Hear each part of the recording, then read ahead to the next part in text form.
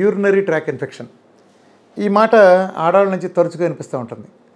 ఆడవాళ్ళలో ఉమెన్ చాలామంది ఇచ్చే కంప్లైంట్ ఏంటంటే, మీరు అది చూడండి ఆల్మోస్ట్ అందరికీ బయటపడేది యూరినరీ ట్రాక్ ఇన్ఫెక్షన్ అని పదే పదే వింటాం.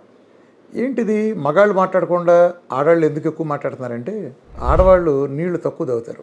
ఇండియా లాంటి కంట్రీస్లో ఆడవాళ్ళకి వాష్రూమ్స్ ఎక్కడ పడితే అక్కడ అందుబాటులో ఉండవు. మగాళ్ళు అంటే ఎక్కడ రోడ్డు దొరికితే అక్కడ వెళ్ళిపోతాం, ఇబ్బంది లేదు. ఈ ఉమెన్కి ఏంటంటే బయట యూరినల్స్కి వెళ్ళడానికి ఇష్టపడరు. ఈ కారణం చేత ఏంటంటే వీళ్ళు నీళ్లు బాగా తక్కువ తాగుతారు. నీళ్లు తక్కువ తాగటం వలన విపరీతమైన అనర్థం ఉంటుంది.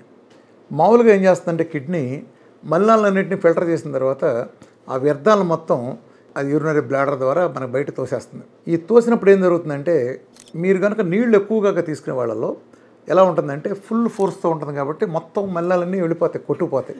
దాని తోడు నెంబర్ ఆఫ్ టైమ్స్ ఎక్కువ సార్లు వెళ్ళటం మూలంగా ఎప్పుడెప్పుడు క్లీన్ అయిపోతాయి. ఎప్పుడైతే మీకు వాటర్ తగ్గిందో యూరిన్లో ఆక్సిలేటు కాల్షియం కలవటానికి అవకాశం ఏర్పడినప్పుడు కిడ్నీలో రాళ్ళు ఏర్పడతాయి.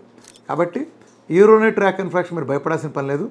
కోకోనట్ ఆయిల్ కనుక తీసుకుంటే అద్భుతంగా దాని ట్రేసెస్ కానీ అవన్నీ ఆ ట్రాక్ దగ్గర కూడా మీకు అది మొత్తం సరిచేస్తాయి.